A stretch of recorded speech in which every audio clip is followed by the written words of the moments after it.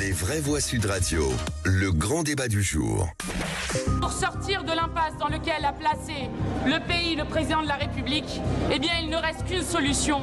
Nous demandons maintenant à Emmanuel Macron de s'en aller. Moi, je ne demande pas la démission d'Emmanuel Macron. Si le président de la République accepte de comprendre que tout est bloqué et que le but dans la vie, c'est pas de se maintenir au pouvoir au détriment de l'intérêt du pays, il démissionne. La démission du président de la République, c'est un peu la solution de facilité. On se dit, on change la personne qui est à la tête et tout ira mieux. Je pense que c'est absolument faux. Et enfin, le mandat que vous m'avez démocratiquement confié est un mandat de 5 ans. Et je l'exercerai pleinement jusqu'à son terme. Je me prépare à une présidentielle anticipée, affirme Marine Le Pen dans les colonnes du Parisien aujourd'hui en France. La double finaliste de la présidentielle s'attend à une démission d'Emmanuel Macron, un président fragilisé, selon elle, après s'être fait forcer la main sur le choix du Premier ministre. Alors parlons vrai, est-ce qu'Emmanuel Macron est un président en sursis? Marine Le Pen prend-elle en risque en tenant ses propos? Et à cette question, doit-on s'attendre à une présidentielle anticipée? Vous dites oui à 75%, vous voulez réagir? Le 0826 300 300. Notre invité Luc Rouban est avec nous, directeur de recherche CNRS au CEBIPOF, le centre de recherche Sciences Po, et puis auteur de ce livre, Les ressorts cachés du vote RN aux presses de Sciences Po. Bonsoir, merci d'être avec nous en direct sur Sud Radio. Philippe Bilger. Je voudrais rapidement, alors que ça pourrait durer toute l'heure, tellement c'est intéressant, distinguer plusieurs niveaux. Le mien, si j'étais complètement libre, évidemment, ça ne me gênerait pas que Emmanuel Macron parte maintenant. Clairement, et qu'il y ait d'autres élections présidentielles. Okay. Une deuxième observation plus pertinente, c'est que avant d'entendre Luc Rouban, j'ai entendu hier le professeur De Rosier qui, de manière lumineuse, me semble-t-il, a cherché à démontrer que une élection présidentielle anticipée dans les prochains mois n'apporterait rigoureusement aucune modification à la situation de crise actuelle, avec une dissolution, avec des élections qui ne pourraient avoir lieu qu'en juillet ou en août prochain. Troisième élément, tout de même, malgré le narcissisme et l'entêtement présidentiel que je peux comprendre d'Emmanuel Macron, il peut se retrouver demain. Si François Bayrou et son futur gouvernement étaient frappés par une motion de censure dans une situation telle où le blocage serait tel qu'il n'aurait plus de voie de sortie politique. Françoise Degois. Oui, je pense que le problème, c'est qu'il lui restait un coup à tirer dans le fusil. Il n'y a pas plus que ça. Imaginez que le gouvernement Bayrou dégringole plus vite encore que le gouvernement de Michel Barnier. Moi, quand j'entends je lis l'interview de Marine Le Pen, la réalité, c'est que je n'ai jamais vu une Marine Le Pen autant à l'offensive. J'ai jamais vu des mots aussi cruels et aussi chirurgicaux chez Marine Le Pen. Bien sûr qu'elle dit depuis des jours, on va recensurer. Mais là, elle est claire. Vous entendez les mots? Emmanuel Macron, c'est presque fini. Presque fini, ça ne veut pas dire dans 3 ans. Il est fragile, il est fragilisé. Il n'a plus de levier institutionnel. Elle a quasiment raison. On sent bien en plus qu'il y a une précipitation par rapport à son propre calendrier judiciaire. Donc, de mon point de vue, vraiment, il me semble quand même, de mon point de vue, que je ne le pensais pas possible, mais je pense qu'on peut avoir effectivement une présidentielle anticipée. Et d'ailleurs, je sens que tous les groupes PS, Verts, je ne parle pas d'LFI, ne sont pas raisonnables. Je sens bien que tout le monde est redescendu de l'échelle des perroquets aujourd'hui, après la séance, pour se dire, oh là là, attention, il va falloir qu'on s'entende parce que sinon, on sait qu'est-ce qu'il y a derrière. Sébastien Ménard. Oui, il va falloir qu'on s'entende, sinon on sait ce qu'il y a derrière. Et quand vous dites ça, Françoise Degois, moi j'ai la faiblesse de croire que les Françaises et les Français préféreront une stabilité institutionnelle à une pagaille générale. On assiste, en tout cas depuis des mois, à une pagaille parlementaire au sein de l'Assemblée nationale, une pagaille gouvernementale, parce que le spectacle auquel... C'est désolant. Bah oui. Enfin, en tout cas, il est désolant, il est tout sauf rassurant, et encore une fois, on n'a pas besoin de ça, quoi. Enfin, je rappelle que, moi, je suis j'ai ma casquette d'entrepreneur. Je sors d'une réunion syndicale avant d'arriver jusqu'à la radio. Enfin, les gens sont inquiets. les gens sont inquiets. Et même, je dirais, des leaders syndicalistes dans mon petit monde à moi, hein, ça vaut ce que ça vaut, mais ils ne souhaitent pas cette pagaille-là. On est d'accord sur pas grand-chose, pour être tout à fait clair, politiquement parlant en tout cas. Ils m'ont d'ailleurs souhaité une belle émission, je pense qu'ils nous écoutent et je les salue. Et on les salue. Mais ce que je veux dire, c'est que les gens, à la fin de la fin, je pense que on souhaite en tout cas, pas plein succès à François Bayrou, mais on souhaite en tout cas à François Bayrou et à son gouvernement de trouver des solutions pour les Françaises et les Français. Et le temps de la présidentielle viendra. Et Bayrou, d'autres, Édouard Philippe, Marine Le Pen, Jean-Luc Mélenchon, je ne sais qui, tout le monde sera susceptible quelque part de candidater à cette fameuse candidature. Mais je ne crois pas, moi, au grand soir, en fait. J'y crois pas. Voilà, je n'y crois absolument pas. Et c'est pas souhaitable. Luc Rouban, vous êtes avec nous, directeur de recherche au CEVIPOF, auteur du livre « Les ressorts cachés du vote RN » pour publié aux presses de Sciences Po. Est-ce que si Emmanuel Macron ne veut pas démissionner, il tiendra jusqu'à avril 2027, puisque, à part l'article 68, rien ne peut le forcer à la démission? Écoutez, ça me paraît quand même difficile parce qu'effectivement, si on parle d'élection présidentielle, tout dépend du moment de cette élection. Effectivement, l'anticipation, enfin des élections anticipées, si elles ont lieu avant le délai qui permet de dissoudre à nouveau l'Assemblée nationale, effectivement, ça ne résoudrait absolument pas la question. Donc il faudrait au moins attendre, je dirais, juin-juillet 2025 pour qu'une élection présidentielle puisse s'associer à de nouvelles élections législatives qui pourraient offrir une majorité peut-être relativement convenable à un nouveau président ou à une nouvelle présidente. Donc il y a un problème de moment, si vous voulez. Il y a deux choses dans cette affaire. Il y a effectivement, comme le disait un de vos interlocuteurs, un de vos intervenants, un vrai problème d'inquiétude et d'exaspération des Français, que ce soit les particuliers, que ce soit les entrepreneurs, que ce soit tout le monde d'ailleurs, vis-à-vis de cette situation d'incertitude, notamment en matière fiscale et en matière budgétaire. Donc là, il y a un vrai problème, on ne peut pas rester dans l'incertitude. La France, c'est quand même un grand pays. Les marchés financiers nous observent. Notre note a déjà été dégradée par les agences de notation. Ça peut avoir aussi quand même des effets très concrets sur le coût du crédit et sur le fonctionnement, je dirais, de l'économie française. Donc là, il y a un vrai problème de fond. Donc il y a un problème d'urgence de stabilisation. Maintenant, si cette stabilité n'est pas assumée ou assurée, il n'est pas certain que François Bayrou réussisse à assurer cette stabilité. Il y a ensuite un deuxième problème qui est celui du jeu politique autour de l'instabilité. C'est-à-dire qu'on voit bien que Marine Le Pen se dit dans le fond, nous, on ne veut pas voter la censure, mais dans le fond, on attend de voir si notamment le Parti Socialiste va se détacher ou pas du nouveau Front Populaire, va soutenir Bayrou ou pas, ou s'ils vont rester dans le nouveau Front Populaire et voteront une censure.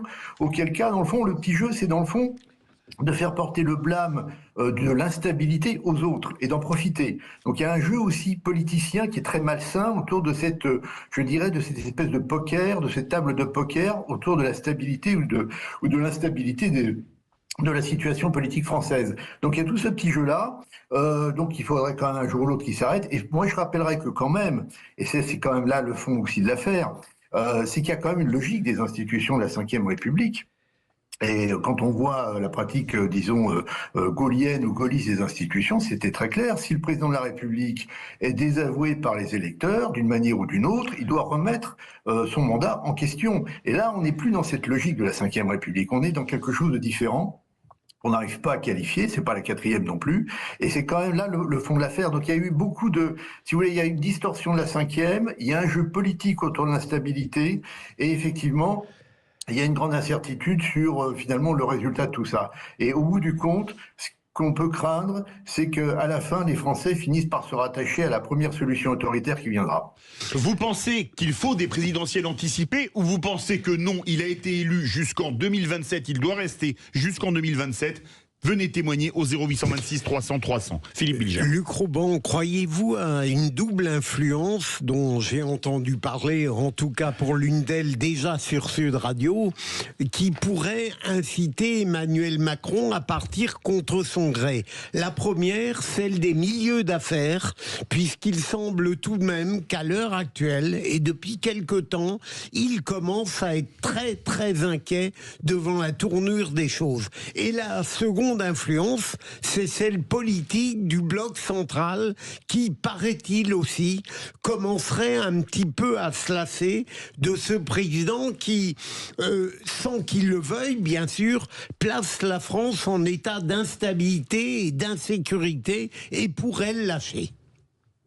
Luc Rouban. Je pense effectivement qu'il y a des pressions, enfin disons au moins indirectes, qui viennent des milieux économiques et du patronat. Il y a aussi des pressions effectivement au sein du bloc central parce qu'ils doivent penser aussi à leur avenir politique, parce qu'Emmanuel Macron de toute façon au maximum ne sera plus président après 2027. Donc là, il y a de vraies questions. Mais inversement, Emmanuel Macron peut jouer aussi sur un autre registre qui est celui de la situation internationale et de l'accumulation des dangers sur le plan international, que ce soit la guerre en Europe avec l'Ukraine, que ce soit la situation au Moyen-Orient, etc. Donc c'est assez compliqué. Donc après, oui, effectivement, tout dépend de ce qu'il a l'intention de faire.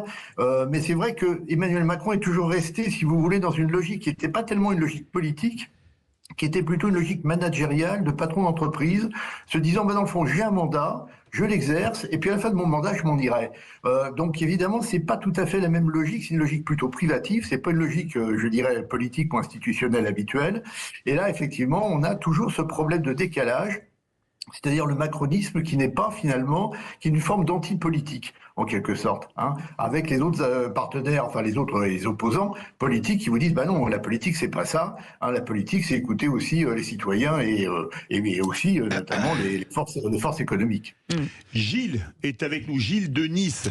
Bonsoir Gilles, qu'est-ce que vous en pensez vous souhaitez une présidentielle anticipée ou pour vous ça ne change en rien, vous qui souhaitiez un gouvernement d'union nationale? Oui, alors moi je pense que Macron, comme une moule qui s'accroche à un rocher, c'est un narcisse, il restera jusqu'au bout. Si on le force pas à partir, je vois que LFI a essayé par l'Assemblée nationale, ils n'ont pas réussi. Je vois pas comment on peut le faire partir. Alors, il paraît que lors de la cérémonie de Notre-Dame, Madame Macron a dit à l'épouse de BHL, les Français ne méritent pas Macron. Mais moi, je ne sais pas si on mérite Macron. Ce personnage, qui est ni de droite, ni de gauche, ni du centre, qui roule pour lui-même, à mon avis, il fera tout pour rester. Je ne vois pas comment il pourra partir. Françoise Degois, qui a écrit un livre qui s'appelle « L'homme qui n'avait pas d'amis » sur Emmanuel Macron. Oui, alors, effectivement, moi je pense que d'abord c'est Macron, à mon avis, Emmanuel Macron est plus énigmatique aux yeux des Français. C'est très intéressant de voir ça dans les études que détesté. Alors, il y a de la colère contre lui, mais il y a surtout, les Français ne le comprennent pas. Et moi, j'adore notre auditeur, il dit, voilà, on est face à une énigme, en fait. On ne sait pas qui est Emmanuel Macron. Vous savez, quelqu'un ne démissionne pas jusqu'au moment où il est obligé, en fait, de démissionner. Je pense que tout dans sa psyché, c'est un entêté. Il est de notre vallée, mon cher Philippe David. Il est de Bagnères de Bigorre. Donc bon, on s'y connaît un entêtement. Je pense que il a la volonté jusqu'au bout de rester, mais il y a un moment donné où vous êtes vous-même, en fait, dépassé aussi par les conditions politiques. Imaginez un effondrement. Vous avez appuyé sur le bouton de votre micro. Voilà. Imaginez un effondrement du gouvernement Bayrou, imaginez une deuxième censure, imaginez le caractère abrasif des deux seuls qui ont intérêt à la présidentielle anticipée, c'est-à-dire Jean-Luc Mélenchon et Marine Le Pen. Ça veut dire Jean-Luc Mélenchon qui enclenche très vite, je vous fais le scénario, le vote utile, et un second tour Mélenchon-Le Pen, et Le Pen triomphalement élu. C'est ça qui est écrit. Il serait déjà en train de regarder ces 500 parrainages. Bien sûr, c'est ça qui est écrit. Donc c'est ça qu'il faut éviter. Et c'est ça, ce à quoi moi je pense aussi, un peu comme Françoise Degois, c'est qu'à un moment donné, si effectivement vous avez une majorité de Françaises et de Français qui sont pour le dégagisme et pour dégager Macron et je dis bien installer Marine Le Pen, il y aura effectivement une présidentielle anticipée. Il résistera pas. Mais si vous avez une partie de la France, même une majorité de Français qui veulent dégager Emmanuel Macron, ce qui est le cas aujourd'hui, ça me fait mal au cœur de le dire, mais c'est la réalité. Mais que vous n'avez pas une majorité de Français qui sont prêts à avoir Marine Le Pen comme président de la République, il terminera son mandat. Luc Rouban. Le mot de la fin. Écoutez, moi je pense que quand même, alors... Bon, je dirais pour peut-être me faire l'avocat du diable, en tout cas d'Emmanuel Macron. C'est bien. Je dirais que dans le fond, il a quand même aussi un atout, c'est dans le fond le spectacle assez consternant que donne l'Assemblée nationale depuis un certain temps. Et donc là, c'est vrai que peut-être paradoxalement, il va rester comme la seule institution un petit peu, pour l'instant, solide, le seul point de ralliement, alors qu'on a des partis politiques qui ne sont pas capables de définir des coalitions stables, et d'ailleurs, il l'a souligné, hein. L'autre fois, dans son adresse aux Français, ce qui était quand même assez historique, parce que jamais un président de la République n'a parlé comme ça des députés aux Français, en disant que de toute façon, il ne s'occupait pas du tout des Français, il s'occupait que de la prochaine élection. Donc, si vous voulez, il y a quand même cet échec, je dirais, de la logique parlementaire qu'on a cru pouvoir implanter à la place de la logique présidentielle de la 5e. Et ça, c'est une force négative pour Emmanuel Macron, mais c'est une force quand même. Merci mille fois, Luc Rouban, d'avoir été avec nous, directeur de recherche CNRS au CEVIPOF, le centre de recherche de Sciences Po, et auteur du livre Les ressorts cachés du vote RN aux presses de Sciences Po. Merci d'avoir accepté notre invitation. Dans un instant, vous allez pouvoir vous détendre avec Gilles. Gilles, vous êtes prêt pour le qui c'est qui l'a dit ? Oui. Vous avez bien révisé. Ah non, je ne sais pas de quoi ça va parler. On ne vend pas les questions, la preuve pour ceux qui tiennent des théories complotistes comme Françoise de Gois. On peut ni vous donner les verbatims, ni vous donner des noms. Mais en attendant, on aimerait bien que vous gagniez dans quelques instants. Allez, on fait une pause. Merci d'être avec nous, on est ensemble jusqu'à 19h. Sud Radio, c'est votre opinion qui compte. Je vous félicite pour vos émissions, c'est toujours un plaisir. Je déguste votre émission. Sud Radio, parlons vrai.